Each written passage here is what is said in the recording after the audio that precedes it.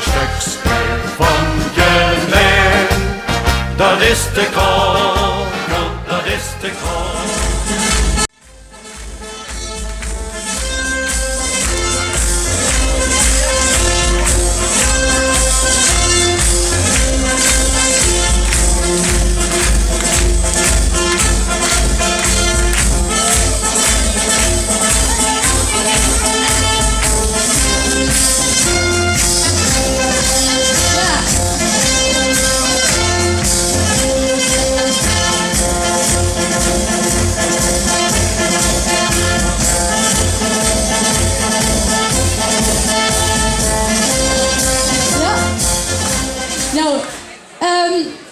Misschien heb je het al gehoord inderdaad. Ik heb dit jaar het Gelijns Liedjesconcours gewonnen.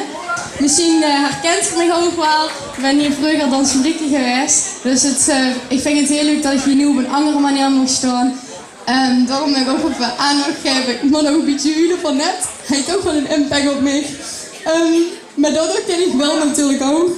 En ik vond wel een heel speciale man. Ik ben ook heel erg geschrokken dat hij er niet meer is. Ik ben ook heel dankbaar dat ik net het liedje van vorig jaar een leven lang een beetje heb kunnen herschrijven en voor wel heb kunnen zingen. Vond ik heel mooi. En omdat ik wel ook altijd voor ging stappen, wil ik deze vastelovend mijn Gelijnse slager aan het wil opdragen. Want als iemand los ging hier bij de kronkel, dan wordt het voor mijn gevoel toch wel wil.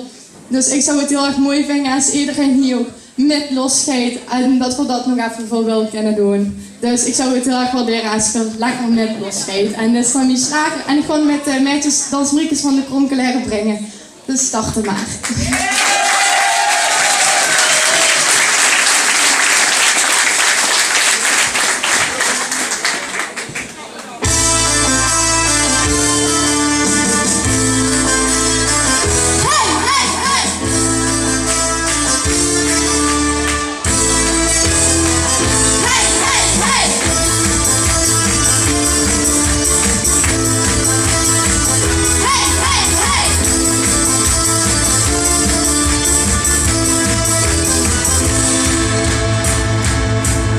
Onze wereld is gejaagd.